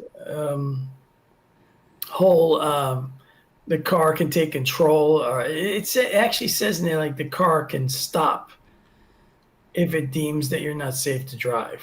So where is it going to stop? Right in the middle of the highway? Is it going to be able to pull over the shoulder? What kind of AI do they have to put in these vehicles? What happens when it doesn't work right? There was a thing in the news the other day where some EV vehicle owners, electric vehicle owners, found out that they were stranded because their electric vehicle had a software update, and when it didn't install properly, the entire car was immobilized. That was just in the news like a week ago. That's they had crazy. Yeah, they had like the blue screen of death. It said call, customer service for assistance. But basically that's it. So you get in your car, has a software update, you click update, then you want to go to work, and then the screen basically says the blue screen of death come up and says update not successfully installed. Call customer service. Now your car won't start. It can't do anything. That's it. You're locked out now. Yeah. That sounds great. What a future. Yeah, I remember the good old days where it was a big deal if your carburetor was frozen and you had to get that alcohol spray to spray. Oh God, yes, yep. Before fuel injected cars. Yeah, I mean my first car had a carburetor. Yeah. And hey, some of that technology, I mean, some these cars, there's a lot of classic car dealerships all over the United States. Plus, as I was telling you the other day, Mark, there's a huge market now for. Apparently, you can legally import and drive, and unless it's one of those mini delivery trucks, you can drive it Mm. anywhere on the highway. Uh, Japanese imported cars, as long as they're 25 years or older. So if you want to buy like a 1997 Japanese vehicle, you can have it imported into the country. A lot of them are cheaper to buy than current, like a used car in America from the same era. And they do, of course, you have to drive on the right side of the car because the steering wheel's on the opposite side than here. But there's a lot of videos on YouTube about that too. And it's definitely an option because you can get some really neat SUVs and stuff like that from Japanese imports. And, it's an option. They do take good care of their cars there. So, that's just stuff to keep in mind because I'm not going to buy a car that basically I'm buying to own, right? And then have the car take control of me. Yeah, that's Uh, it's a total joke. Right. And then I'm like, no, I don't think so. I'm not going to have a car control me. And what if it's wrong? What if it makes a mistake? I mean, Yeah. we've seen these mistakes that these autonomous vehicles make. There's some Yeah, but YouTube remember, videos. they're not autonomous. They're. It's like, oh yeah, you have autopilot, but you don't. You don't. No. Right. The amount of mind fuckery going on with that is just insane. Yeah. And then the lack of accountability on top of it. It's like, oh yeah, Right. no, we told you this, we told you that, but I mean, for some reason, I mean, how they get away with that legally? Well, we know how they get away with it legally, but it's a joke. It's a total joke. Sure. I know some people that have some of these. I don't. My Mitsubishi requires me to drive the car. That's why I love it. Um, They gas mileage I get is great. My Outlander Sport gets about, I say honestly, constantly at least 27 miles a gallon.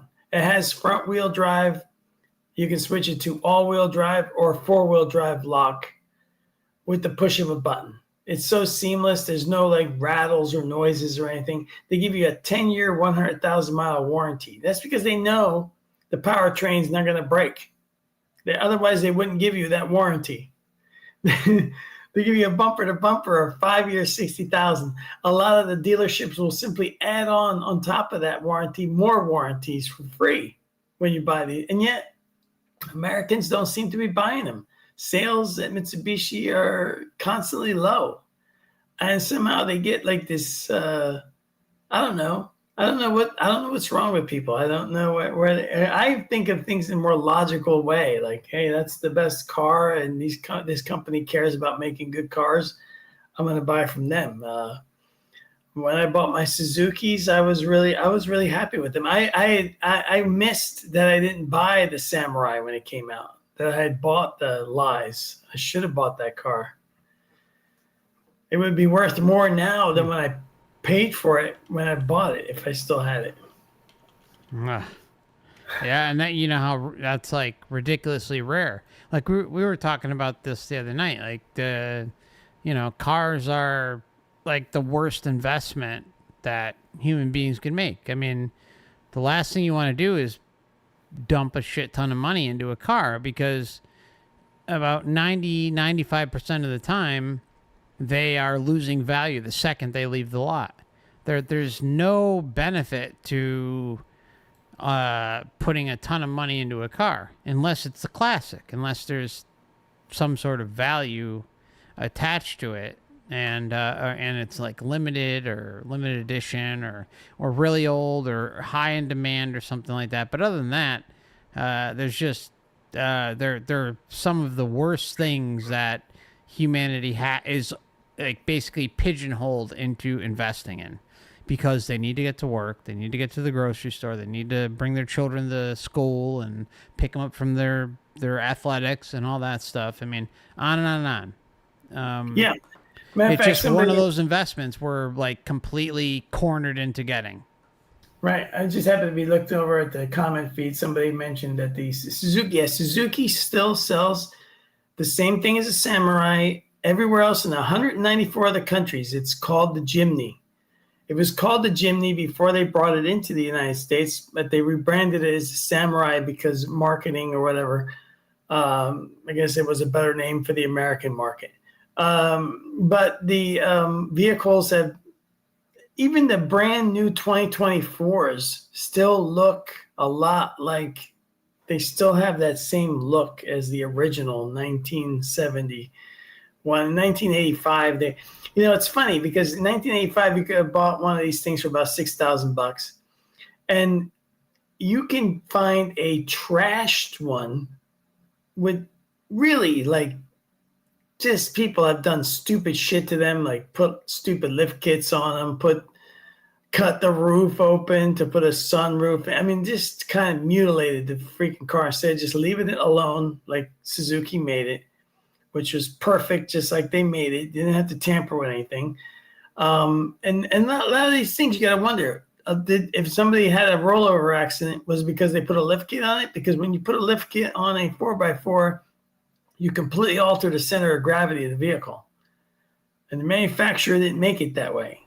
So now if you have a lift kit on the vehicle and your center of gravity's moved, can the thing now flip over easier? Sure. Consumer Reports wasn't doing a test on a lifted vehicle. They were doing it on a standard vehicle that you buy off the lot, which is why they couldn't flip it easily. And then the thing is that you can find ones now, they're completely trashed vehicles. They've been mutilated. They've been lift kitted. They've had, things are broken, faded, everything. And they want $15,000. Damn. I've seen them when they're in mint condition, which some people have garage kept these things since the 80s.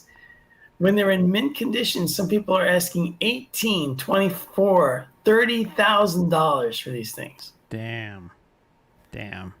And they're way overpriced now. Way overpriced. You could have bought one of these things 4 years ago for about $2,600 used. When I was really young and dumb and kind of in my hippie phase, I bought a 59 VW panel bus. And I loved it, but the beauty of it was that it was so simple to repair. I am not a car guy by any means. I'm not some mechanic. I have very minimal knowledge when it comes to any of this stuff. But it was so easy to repair. It's not even funny. But at the same time, it was like I just always had the upkeep with it. It didn't have air conditioning, and shit like that. Like, and the heat was kind of pathetic. I mean, I threw like a multi-changer CD deck in it, a nice little mini, nothing fancy, but a nice, decent stereo system in it. And it was nice to take on the road and stuff like that. But, you really gotta, like, keeping up with those things are difficult, but it had, when you talk about bare bones as far as technology, it was about as minimal as it gets. But eventually I just had to get rid of it. Yeah. And, it's a shame because I'm sure if you had that van now, it'd probably be worth a ton of money. It probably would be. It probably would be. I mean, like, it was in incredible condition. I mean, what I paid for it versus probably what it's worth now. I mean, I'm sure I probably could have doubled or tripled my money easily. Yeah, sure, absolutely, yes. Because Samurai had the same thing. You could literally see the oil filter. You could reach down with your hand. Yeah, mine too. It was right there. They only came in 5-speed manual. They didn't have any other options. Back then. Oh yeah, the panel bus I had was it was it was no power steering, all manual. it was like, I had this big ass, almost like a school bus wheel and no power steering. So like you had to think before you would turn, and make sure that you had enough clearance and all that shit, Yeah, and make sure you had enough pressure on it. Yeah, you needed skill to drive. Back in the 80s, you had to know how to drive.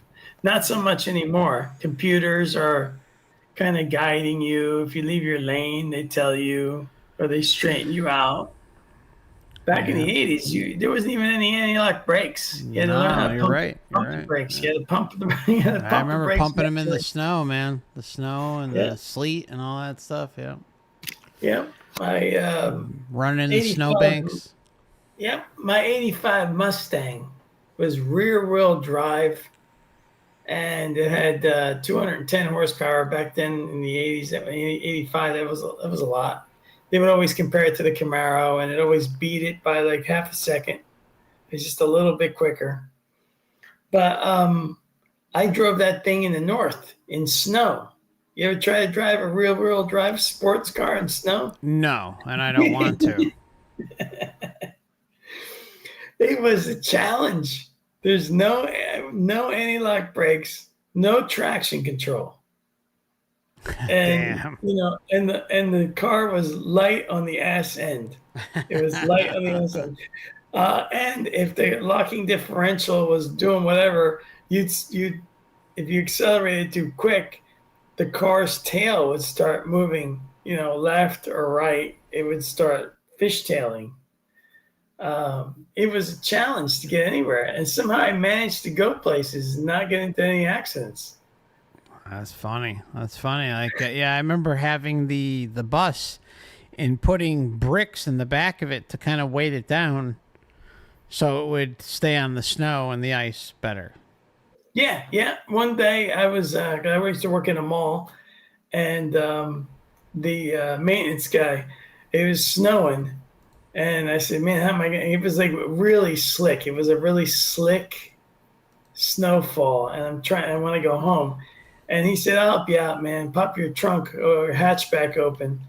So I opened up the hatchback, and he put these like 150 pounds of sandbags in the back of my trunk to push down the SN to try to get me home, and it worked. It did help out a lot. But yeah, It's my amazing stupid. what can be done with that. Like, those are just like tricks of living in those types of weather situations, I guess. Yeah, I mean now there's traction control, so Yep. the car is not going to go anywhere because if it can't get any traction, the computer will start to tinker with the wheel rotations, kind of like the reverse of anti-lock brakes. Nah, Yeah, I loved Volkswagen buses. I was obsessed with them. They were you like should have made I'm it look like the Scooby Doo machine, the yeah. mystery machine. If I showed it, I'll pop up pictures of what it looked like. It was kind of like well, it was much better condition. It was actually like this right here, like this. Ah, yeah. Yeah, I mean it was like this, but it was it was ridiculous. I wish I had pictures of it, but I mean it was restored very, very like insanely well. But I mean like this is what I liked about it. Like at the time I was traveling the country a lot, and I was like, okay, I want to be able to have something I could sleep in and relax and stuff like that without having to pay, well, at the time, like $60, $100 a night at Motel 6 or something like that. So it worked out. It worked out like temporarily, but I grew older and I got sick of it. But Yeah, sure. be curious what I mean. It was kind of actually it was like renovated like this. We had a table, we had fold down beds, we had the speaker system. Actually, this is a hell of a comparison. We had speaker system on the bottom, had a 5 or 10 CD disc tray. I mean, it was decked out for the time in a modern way, but yeah, it's I don't know. It's just it was when I was young and dumb. So Yeah, and somebody wrote. I'm sorry, folks, if I missed all your comments tonight, but I was, going with the I flow, just man. Going with the flow, but somebody wrote that he's very upset with the vehicle. And the vehicle industry is just doing what they have to stay in business. They're ordered to do these things. And there is a YouTube series called The Unintended Consequences. It's from Reason Magazine. There's a whole thing in there about cars, unintended consequences. So the cafe stand, and have you noticed that mostly every car today on the road is an SUV? Yeah, they're all over the place. They're all over the place. The reason for that is because the government tards made legislation, I think in the late 70s, with these what they call these cafe standards, and so they require automobiles to have these ridiculous standards. So the our car companies said we can't make cars that can do all this stuff. We can make maybe one model that can do this stuff. It has to be really tiny, and like Mitsubishi only sells one car in America. It's the Mitsubishi Mirage, and they sell it here because it has a 3-cylinder engine and it can give you 40 to 50 miles a gallon. So it exceeds all the cafe standards. That's crazy. Everything else they sell here is an SUV or crossover. And the reason is because if you build an SUV or a crossover, they are considered trucks and they do not have to follow the cafe standards. So the reason you see cars have disappeared is because the government mandated shit the car companies don't want to build and nobody would want to buy. So, except, there's a niche out there for small fuel efficient cars, of course. I mean, if I was in the market for something that gave me great fuel efficiency, I would buy a Mirage because of you can get the car for $15,000 today, brand new, 2024 model. Damn. So that right there. Keep that in mind, everybody. Anyone who's listening. Yeah, who lives in the States. I mean, like, because cars get ridiculous. Like, but if you need something to get around town, get to your work, and that's fuel efficient, that's your answer. You want to say that again? Which model was that, Dan? It's the Mitsubishi Mirage. They have two models. One is a hatchback. One is one with a trunk, and they get no joke. You will easily get 40 miles a gallon in this thing. Easily. I mean, like, that's valuable information. It really is. That's right. Really valuable information. Yeah, the car still has, despite this, it still has 6.5 inches of ground clearance. My Outlander Sport has 8.5 inches, but that's because it has 4-wheel drive, and you can drive the thing anywhere really. I mean, it's not a Jeep Wrangler. It's not going to go off trail or anything, but you can easily get around. And I put the all-wheel drive automatic on. The Mirage has front-wheel drive only, but they come loaded. Even if you buy the base model, you have to, again, go dealer shopping because the window sticker price will be like $18,000 or $19,000. But there are Mitsubishi dealers out there. If you find one, they have these internet specials, and they will sell you that car for $14,000. Damn.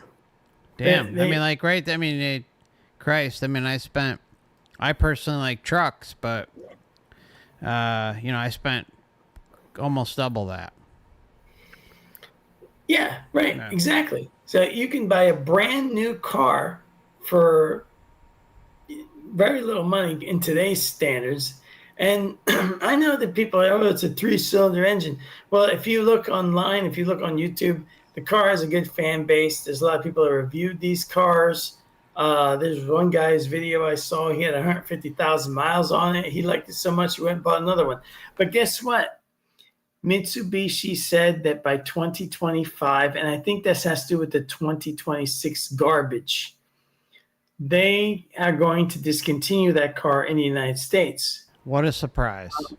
And I think it's because, they can't afford to sell you a car for under $20,000 with all this added garbage they're going to have to put in the cars now. Yep. Alcohol testing, AI controls. Yep. So if you're going to buy the car, you got until 2025 to get one. Otherwise, it's 2025 or 2026? 2026 is when the new standards take effect. Okay. So Mitsubishi saying that in 2025 they're going to discontinue the Mirage in the United States means to me that the reason they're discontinuing it is because they can't meet the 2026 standards in that car. Okay. It won't be. Yeah, they can't be affordable for them to manufacture it, send it, sell it, and actually still pull a profit. Right. It's already a small profit margin car anyway. They don't make a lot of profit on the Mirage. Okay. They make profits on their big Outlanders. They're $40,000 vehicles. Sydney says right here, Mitsubishi Mirage is discontinued in Australia already. Really? That's what she's saying. I don't know. You have to look it up, but well, it could be. It could be. Yeah, I don't know when did that happen, Sydney? Any idea? Just be curious. But yeah, I mean, finding a vehicle that is affordable and gives you good gas mileage and isn't going to, shut itself off is kind of important. Yeah. Now, Sydney, if you can, do they have these mandates coming for Australia like they do for the United States? Where they're going to have the cars with kill switches so they can turn off your car remotely? Sydney says she has no idea, but they're only selling old models right now. Oh, interesting. Yeah. Well, I want to thank Knack for the very kind super chat. Thank you so much. Appreciate you. So, wow, that's very fascinating. Of course, Australia has its own problems. Yeah, especially when we saw that happen a few years ago with the reach that they took. Yeah, overreach. Not Overwatch, overreach. Yeah, it was overreach, not Overwatch. In New Zealand also. I feel really bad because I've always wanted to go there.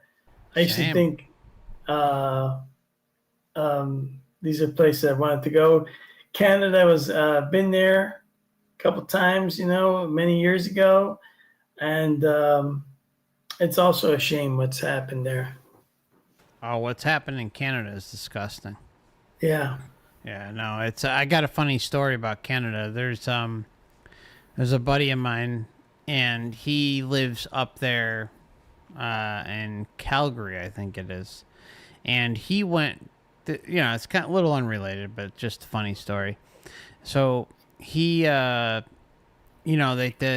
Canadians have their hockey teams, the Calgary Flames or something like that.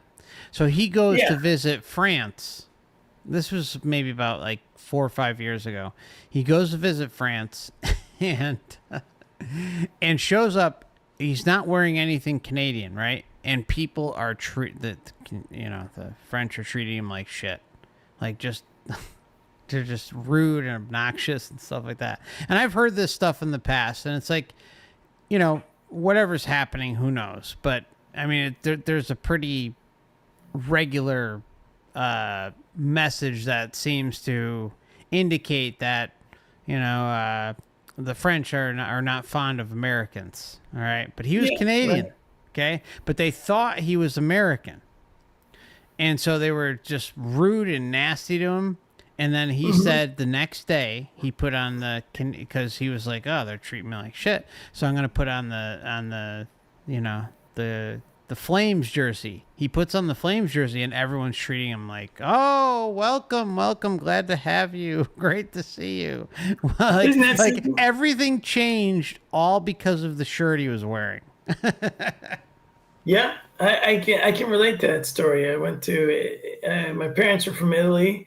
I can speak Italian, but I speak it with a Venetian dialect, with a northern dialect, like from Trieste, Venice, all that area.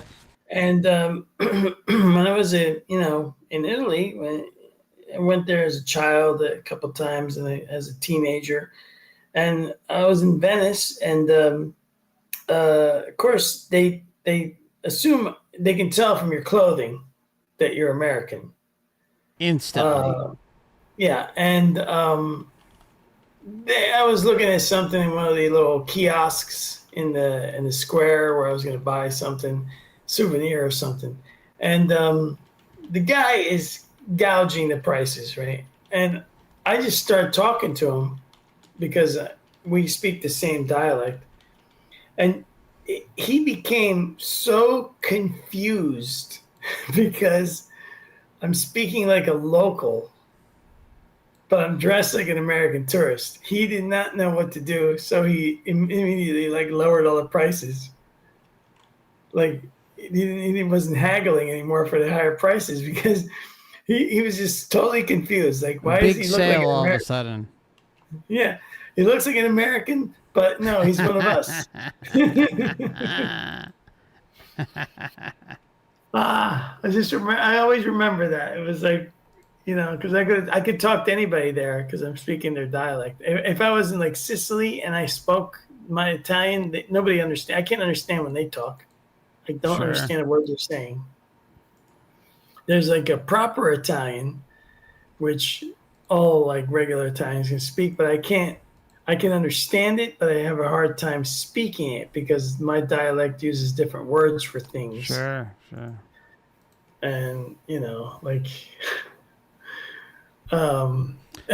give me an example. If you're looking for a bathroom and you're in Venice, Italy, you would say dove è cesso, which would be the bathroom. Where's the bathroom? But Where's in the proper, shitter? yeah, cesso, it almost sounds like chess, like you're playing chess, but where the way cesso. And then in proper Italian, it would be dove è il gabinetto. You would see that if you're talking to somebody in Rome and you say that Venice dialect, they're not gonna have any idea what you're talking about. What's he looking for? Oh, that's funny, So man. How you you know, feeling over there? You all right? yeah, I think I'm gonna be calling it a night. Yeah, we had a nice discussion tonight. It's been enjoyable, and I want to kind of give you the floor for any closing thoughts that you might have, anything you want to say to anybody, and Well, I really just appreciate all the positive thoughts people sent. I really do think that yeah. that kind of stuff helps. Well, we Uh, love you, brother. We love you. yeah, You know, you we were you worried about you.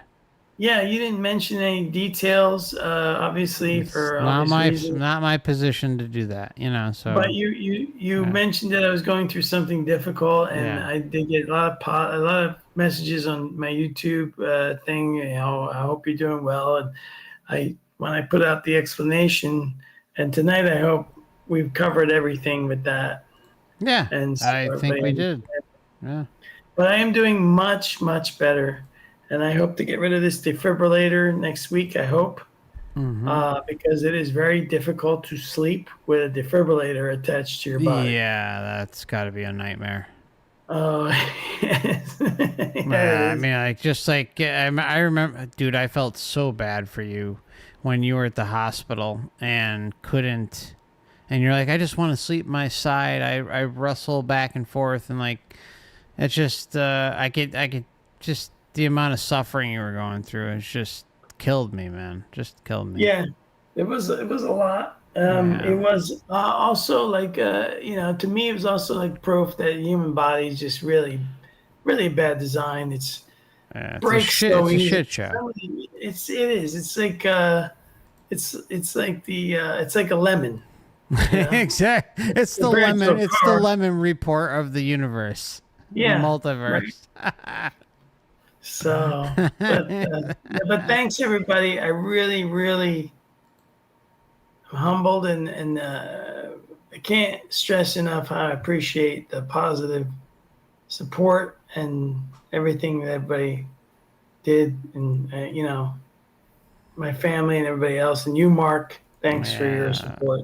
no problem, man. It was, I really appreciate you, your family, allowing me to kind of be there on the sidelines a little bit, and yeah, I mean, it was, I'm just happy you made it out of it, and it's, I'm glad you're doing better.